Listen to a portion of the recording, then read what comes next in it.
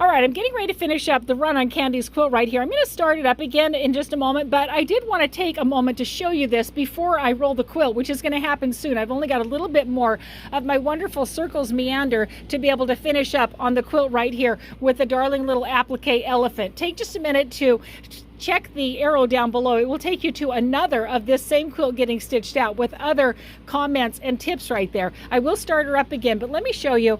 On the backing fabric, I need to have 3 inches on each side. Why is that? Because I need to be able to grip the quilt on the sides and the top and bottom with my red snappers, which is how I attach my quilt on here.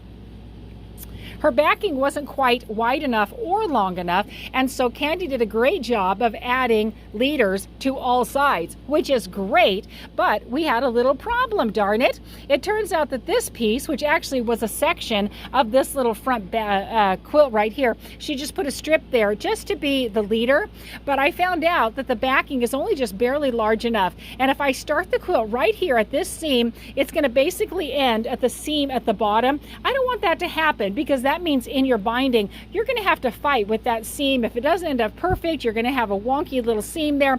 I don't want that to happen. So what do I want to do? I want to start the quilt up as high as I can into this section to make it look like you meant to incorporate that into the backing. You want it to be there. You felt like that was going to add to the backing. So that's what I'm going to do there. Now, interestingly enough, when she brought it over, she had no intention of this having to go on the inside of it. So this piece was actually turned the other way around because it was just supposed to be a leader. But because of the way the backing is, you can see that this is the true side of the backing.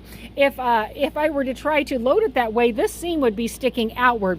Nobody wants to have that happening. I talked to Candi, we had a conversation. I literally picked that out of it and picked it out right here too, turned it over, reattached it onto the quilt, and we're now up and loaded. I just want to let you know, here at the quilting studio, I'm going to strive to go above and beyond. There are things that I can do to help your quilting experience be better, and that's one of them. This isn't that big of a quilt. That's a service that I offer, is to help you with the backing right there. And so in order to be able to get the quilt to move along much more smoothly, that was what I did, was to switch that over. Questions or thoughts? I'm super happy to help you with it. I hope something about this made some sense. I know that I was talking quickly, but I was trying to fit in what I possibly could up here. So if you have more questions about it, please let me know. In the meantime, I'm going to give her a roll, and she's going to finish up the bottom of this quilt. Cutie pie, isn't it? All right, let's talk soon. Bye-bye, friends.